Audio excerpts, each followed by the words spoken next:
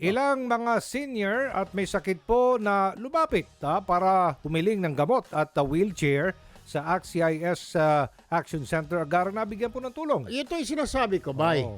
Pag wala kayong malapitan, Dito na. dito kayo sa 81 Mother Ignacia Avenue, Quezon City, or tumawag kayo sa telepono na nakikita ninyo sa inyong screen ngayon. Ayan tumatakbo na yan o. Diyan ho, pwede kayong tumawag.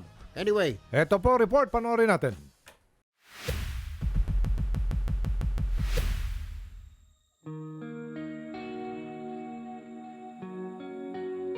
Patuloy ang pamamahagi ng tulong ng ACT-CIS Party List Action Center sa mga kababayan nating nangangailangan, lalo na ang mga matatanda at may sakit.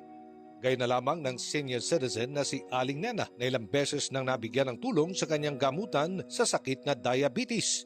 May nakapagkwento sa pilahan na madaling makahingi ng tulong dito. Tapos mababait pa raw ang staff. Simula dito na kami humihingi. Dahil kasi talagang proven naman na napakabait ng mga staff dito. At saka mabilis din ang paghingi ng tulong. Si Tatay Nilo naman patuloy ring nababahaginan ng ACT-CIS Party List Action Center ng tulong medikal para sa kanilang pagpapagamot ng kanyang misis at anak.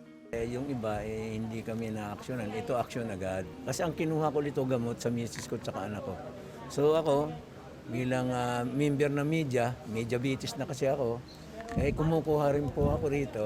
Pero papasalamat ako ng malaki kasi maraming natutulungan. So thank you po very much. Sana marami pa silang matulungan. God bless po. Ang magkaibigan namang ito, nagbakasakali ring humiling ng assistance sa ACT-CIS Action Center.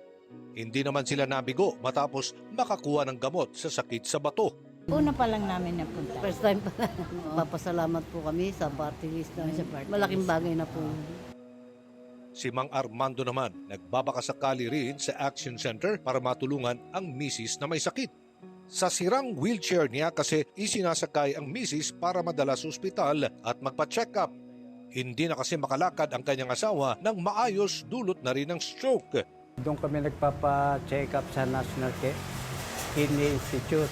Ngayon, dinadala namin to. Napansin nila, kakaldag-kaldag, sira pala itong gulong. Nakita nila ako, sabi nila sa akin, pumunta ka sa kay Congressman Tulfo, bigay ko siya yung address at papalitan mo yung wheelchair mo. Pinuntahan ko, tapos pagdating doon, nag-request ako, kababait naman ng mga staff doon. In-accommodate agad ako. Ganun. Hindi naman nabigo si Tatay Armando dahil kaagad na dininig ang kanyang hiling na bagong wheelchair para sa kanyang asawa.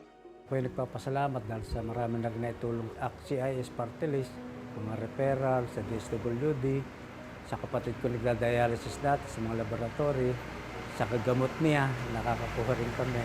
At ngayon niya, yung wheelchair, papasalamat kay Congressman. At sa mga staff niya na napakababait din. Ang bilis ng aksyon. sabi ko nga, pag may problema, pwede idulog dito sa atin. Mabilis ang aksyon.